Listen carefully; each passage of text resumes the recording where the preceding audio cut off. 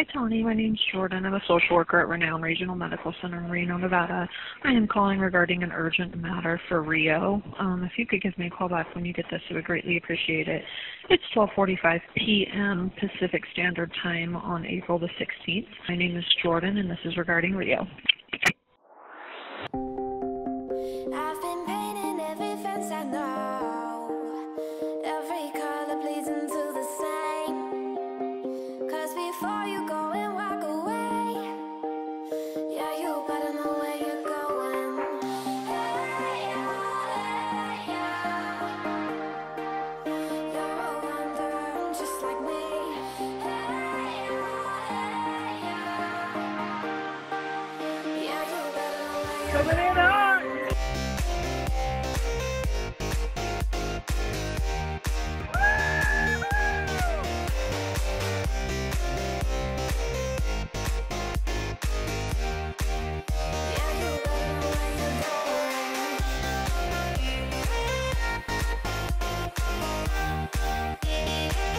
You're pretty aired out, dude. That's the village leader right here. Give me the Y. Give me the YMCA.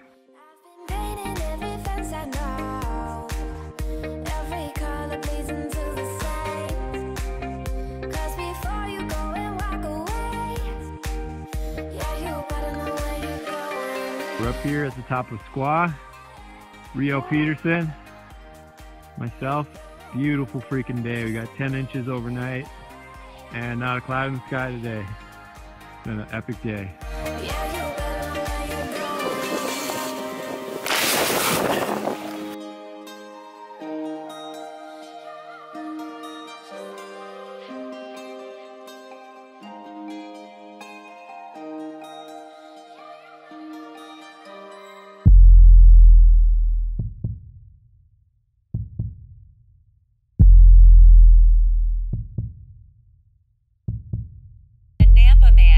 Recovering after an accident on the slopes that nearly took his life. Hi, Mrs. Peterson. This is Jack Frost calling, boyfriend of Jen Abraham, one of Rio's travel nurse friends. Rio is okay, but I need you to call back soon.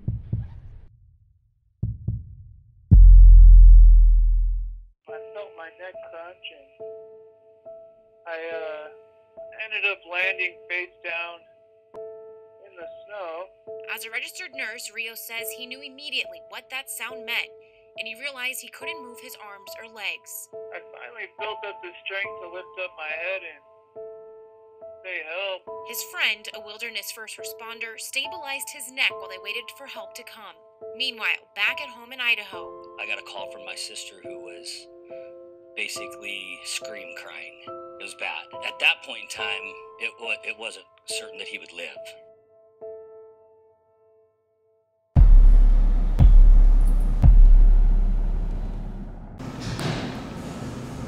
All right, April 16th, pretty late in the season, and we woke up to a foot of snow. We were just, it was really a regular day, but we were hustling to get up to the mountain. All the San Franciscoans flood in, and then the powder's gone, but we got up there at a great time, and we took a few runs. Got our fresh tracks. I talked to my mom on the phone before we took off to a different zone on the mountain. I was on my way to lunch that day, having lunch with Raven, and I thought, I'm going to give Rio a call. I called him. He was on the mountain, and he was so happy. I just remember thinking, I haven't heard Rio so happy in a long time, and he was saying it's incredible today. We got so much powder last night. And it wasn't shortly after that the accident happened in a way that you think you'd never hurt yourself. We were just moseying across the mountain.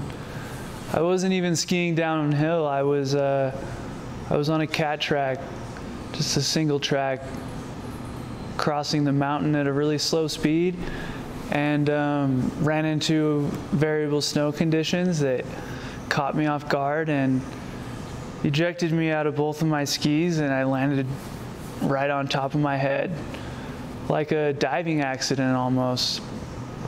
But because it was slow speed and unexpected, my friends waited for a minute for me to get up, not expecting that I'd injured myself. Eventually they realized that something was wrong. And thankfully Jack was aware to, how to handle the situation. He dug me a hole to breathe and stabilized my neck, and then Squaw Valley Ski Patrol came in and did an amazing job of getting me off the mountain into a cat to the bottom, and then into the ambulance toward Renown from there, which is a long drive, but it felt like they were going really fast. So we made it in good time, and from that point I don't remember much in the emergency room. I generally never answer my phone at work or check my voicemail, and for some reason I decided to check my phone, and I saw I had 2 unknown calls with voicemails. I decided to listen to them, and the one was from Renown Medical in Reno, telling me they had an urgent message regarding Rio. I just remember dropping my phone and running into Raven's office and saying, "I think something's terribly wrong with Rio." And he said he knew just from my footsteps running down the hall.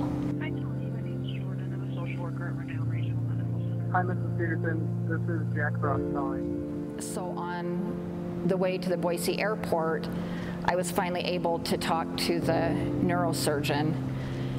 And he said to me, "You have a real special man here."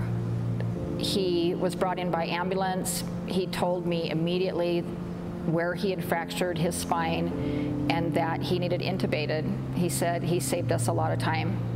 So we are taking him into surgery now. Raven and I and my mom and sister were able to get on our flights, and it was a really emotional 4 or 5 hours trying to get there. But I felt really, really fortunate because Rio had his travel nurse friends and Molly that either followed him to the emergency room or met him there and never left his side. I don't think I could have made it through those 5 hours knowing he was alone, and that enabled all of us to have some peace that he had people with him.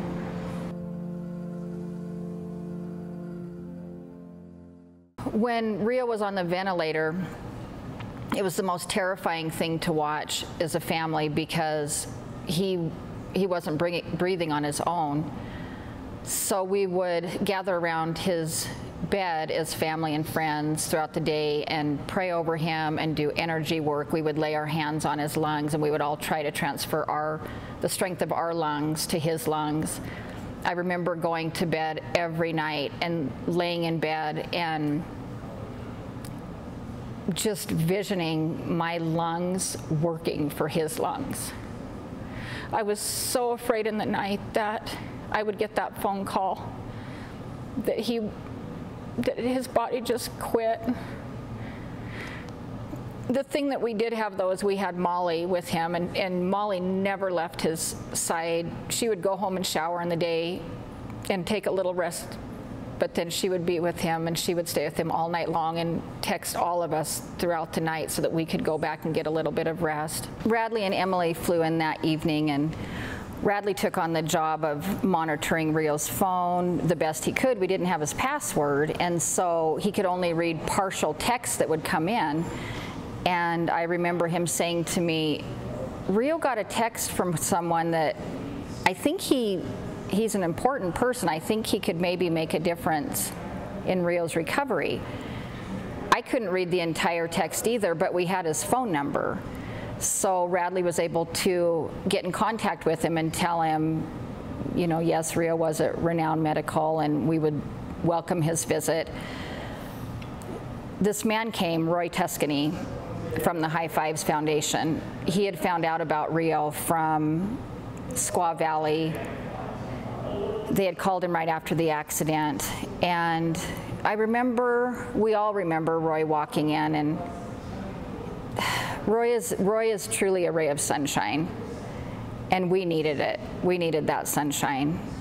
When he walked in, everything changed.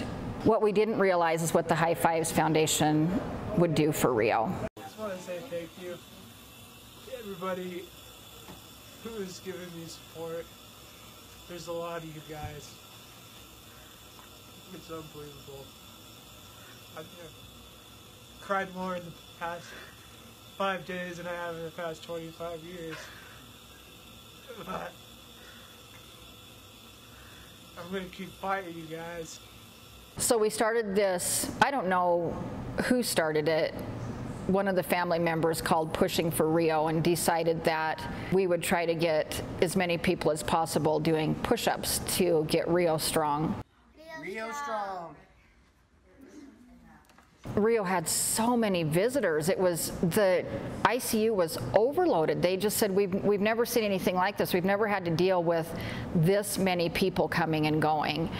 And Rio was exhausted, but he did not want these people to leave. So the night before his medical flight, I finally made a decision. He's got to sleep. He is getting delirious. He is exhausted. I'm going to finally put a stop to all of the visitors and narrow it down to immediate family and his travel nurse friends. Well, Rio found out about this, and he was furious with me. So I went to his room to try to explain to him why I was doing this. I knew this medical flight was going to exhaust him and he needed some sleep. And so after he chewed me out, he looked at me, he had a speaking valve on, and he told me to go do some push-ups. As mean as he possibly could say it to me. What did I read by that? I don't know. You were just mean to me. I said to him, did you just tell me to go do push-ups? Sorry, Mom. When we got on the medical flight, the medical team was incredible and so knowledgeable. But what I didn't realize is that they were just completely in awe of Rio. They were asking for our contact information and if they could friend us on Facebook because they had heard about Rio. And they said, we have never had a send-off like we've had with Rio.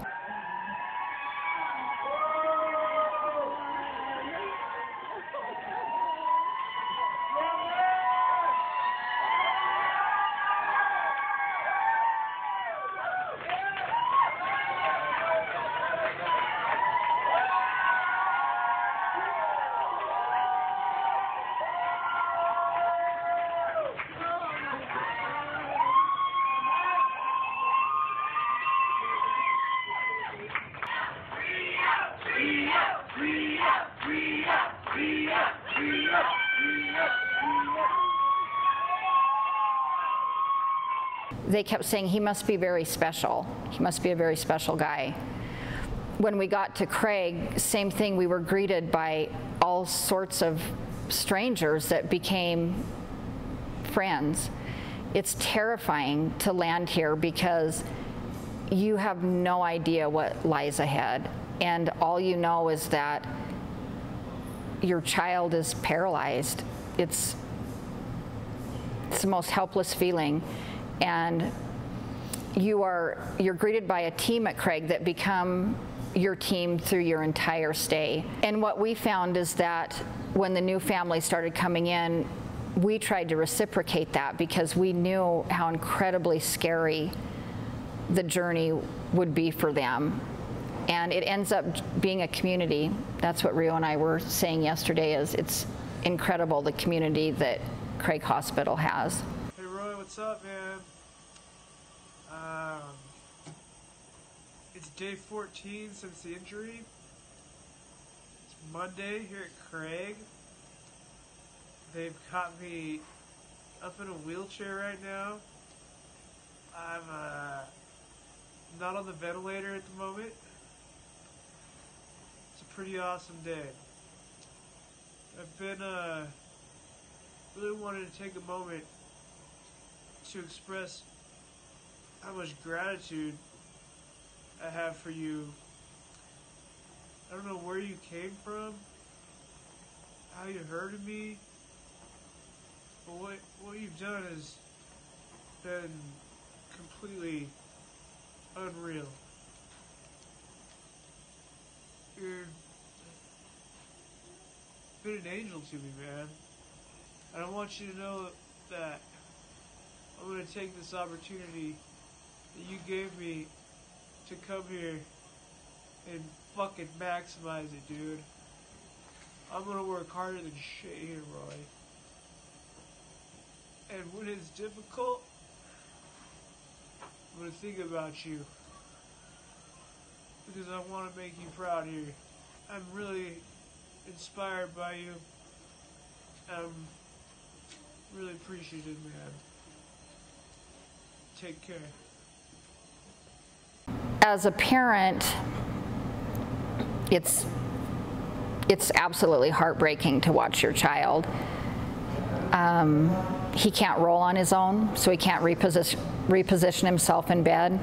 He can't scratch himself. There's all the little tiny things that you don't even think about on a day-to-day basis. If he wants to get up, to just get up, he can't. There's certainly peaks and valleys in this journey. The morning routine and the evening routine are probably the toughest. You can't just roll out of bed and go grab a cup of coffee.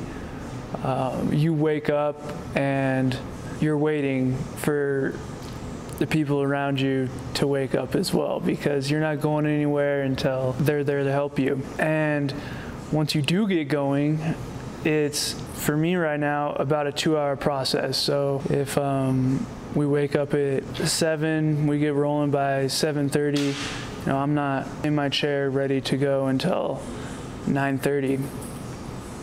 So it takes a lot of planning. And then in the evening time, the social aspect is challenging because you've got to be home to do things that require an hour and a half, maybe 2 hours of time. And so, yeah, you get home by 9 o'clock, but it can easily be midnight before, you know, you're tucked in and ready for bed. Being up in the chair, though, I've been happy. You do things differently, but in that challenge, you kind of get lost in finding ways to go about life again, and that challenge is fun in an odd way. It's a puzzle you're trying to put together, and it's good distraction, but there's also times where you dip down into that valley and things are frustrating because you're dependent on someone doing whatever it may be for you. You hate to ask people, you sort of start to feel guilty to ask so much of the people around you. It's uncomfortable. It gets upsetting. It affects my mood, and I'm sure that I project that onto the people helping me, which I don't mean to at all, but you know, it's frustration that I can't do something for myself. I'll lay in bed at night, and I am so in tune to my kids' footsteps. And if there's anyone else in the apartment and they're walking, every single time my brain says that's not real. Because I know it's not his footsteps, and then I have to start thinking I know it can't be anyway. And in the night we go in to roll him and reposition him, and I'm just always hoping that I'll walk in there and that Rio's just sleeping sound. But he never is. He barely sleeps, and he will just look up at you.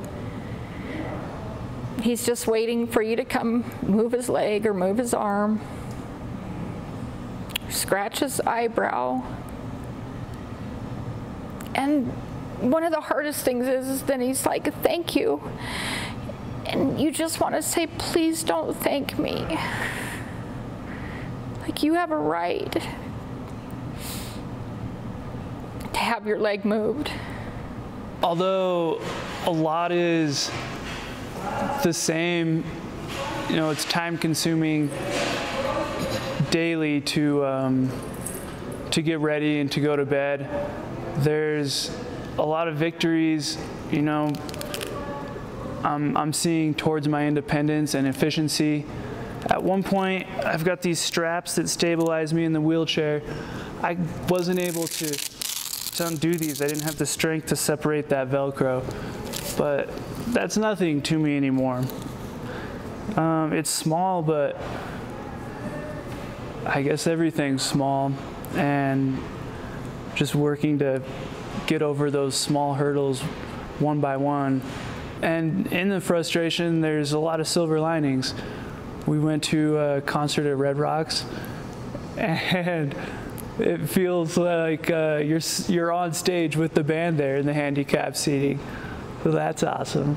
I got a fist bump by Nathaniel Ratliff. He jumped over the railing, but I was too starstruck to understand what was going on, and I think I just awkwardly sat there and stared at him.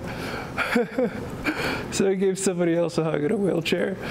But, you know, when we're riding public transportation and the line looks so long, you're gonna have to wait for the third bus. You get to bypass that and catch the first bus at the handicap section. The parking's always great. You know, that sticker lets you park right up front and center. I don't like when people buy me lunch.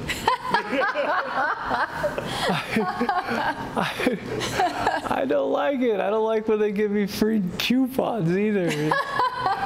Yeah, yesterday somebody came up and just gave me 2 coupons at the Taste of Colorado event. They're just trying to be nice to him. Yeah, they just want to be nice. And it's appreciated, but it doesn't make you feel normal. So, one of the cool things that did happen is right after the injury, my work, Adams County Health Center, who has been 110% behind Rio in his recovery, they came up with these Rio Strong wristbands, and we started offering them to the public. And I would say we easily have hundreds of these wristbands out in the community now, people asking for them, donating to Rio. My brother even had the Rio Strong tattooed on his arm, which is pretty cool. And speaking of my brother, this fundraiser is all because of him. Everything that we see here tonight is because of what Steve has put together. On June 30th, we received an email from the High Fives Foundation, and it was a grant confirmation that I'd received funding to do therapy at the Peak Center. It's a gym within Craig, to do therapy with them 5 days a week. In the Peak Center, there's a lot of robotics and electrical stimulation that simulate me having function in my core and in my legs. And we've seen great results so far, and beginning to see flickers of movement in areas that previously it wasn't there. So we spend a lot of time sitting at the edge of the mat, working on core strength and balance. We put me in different walking machines to simulate, you know, my legs moving again. And the most exciting part lately has been that the therapists are telling me they feel a little bit of movement in my lower extremities that maybe I'm eliciting. So it's so weak at this point, I don't necessarily feel that, but I know that I'm trying, and that feedback from them is really encouraging to keep believing that that's there. And I believe them, I want to believe them. You know, the goal is just to keep working hard at that daily and, you know, see what the outcome is. Hopefully it means that, you know, you walk again one day, even if it's a few steps, even if it's just standing up. That gives you so much more independence in life. It's been a It's been a fast 4 months, but the recovery aspect is really slow. At one point, I remember my arms were so weak that I couldn't push the bed sheet off of my chest once it got over my hands, but you know, we've come a long ways from that, where I'm pushing a manual wheelchair, and we're just looking to progress from there. So right now I have sensation from head to toe. It does become abnormal at about my abdomen all the way down to my toes. I feel light touch, oddly enough, from my abdomen all the way to my toes, but it's sharp, painful stimuli that I don't register, which is sort of a silver lining, I guess. My biceps are working on both sides, relatively strong, and I have deltoids that are working on both sides. On the left side, my wrist doesn't work, and my fingers don't work. I don't have grasp on either side. On the right side, I do have wrist, which just that little bit of movement is huge. It allows for me doing quite a few things independently. If both were to work, that would really open doors to independence. There are research studies that we're trying to get into at Craig, which partially depend on this wrist regaining function. So we work a lot on trying to recover this wrist through body work and electrical stimulation, which brings that movement to the wrist involuntarily, just based on the electrical stimulation. I want to be able to say that I've got goals for 3 months, for 6 months. The difficult part is, you know, for me, those goals would be, you know, in 3 months, I want to be able to transfer out of my wheelchair and into bed independently, nobody helping me.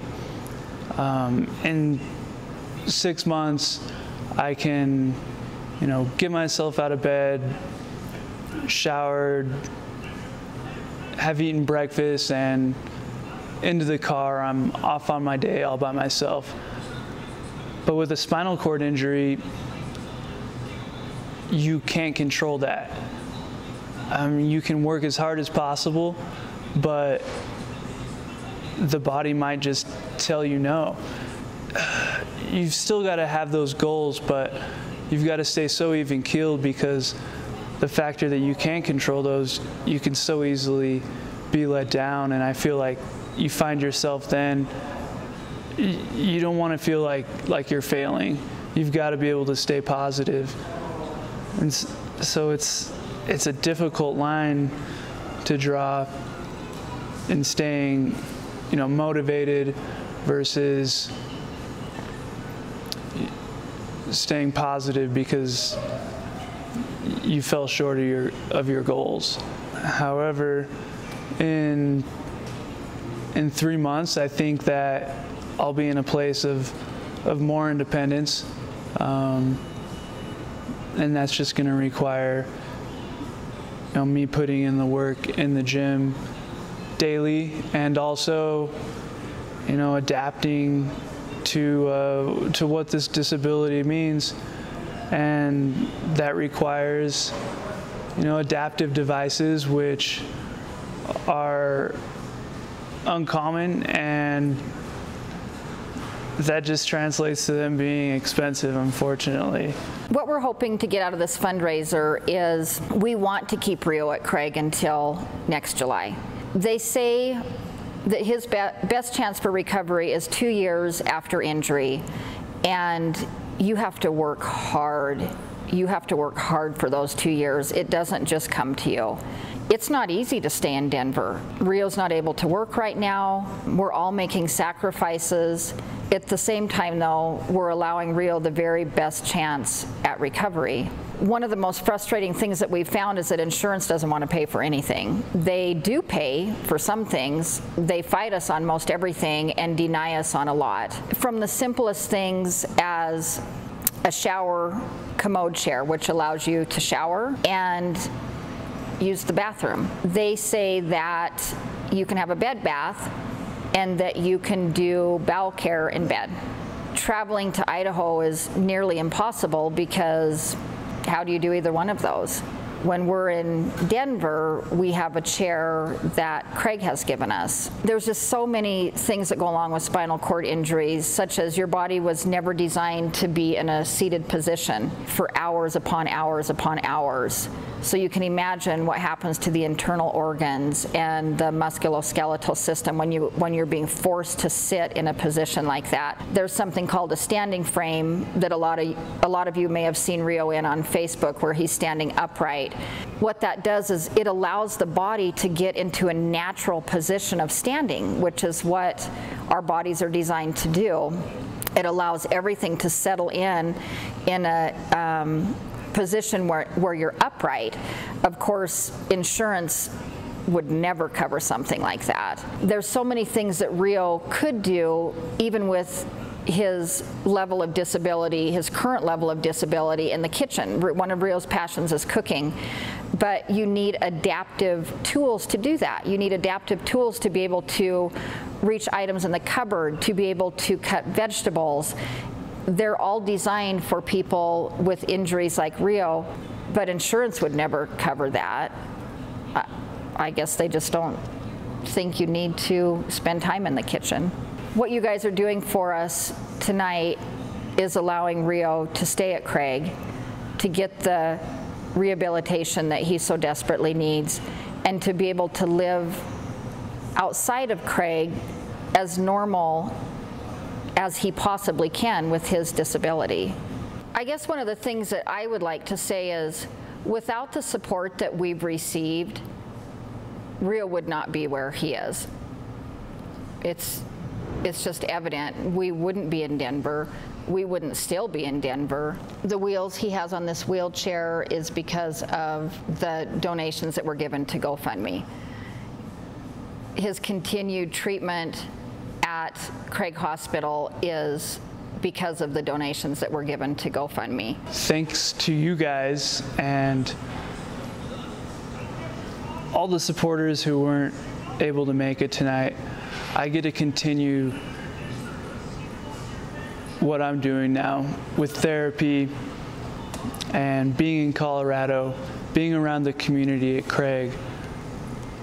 You guys are making that possible, and I appreciate that so much, because it's really giving me the opportunity at improving my life. And you know, the goal is to increase my level of function and mobility, but whether or not that happens, this is my life, and it's gonna be okay.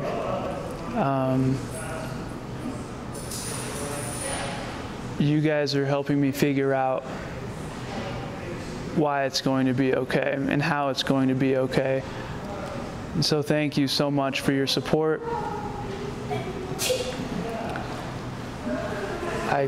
It's hard to express how much I appreciate it.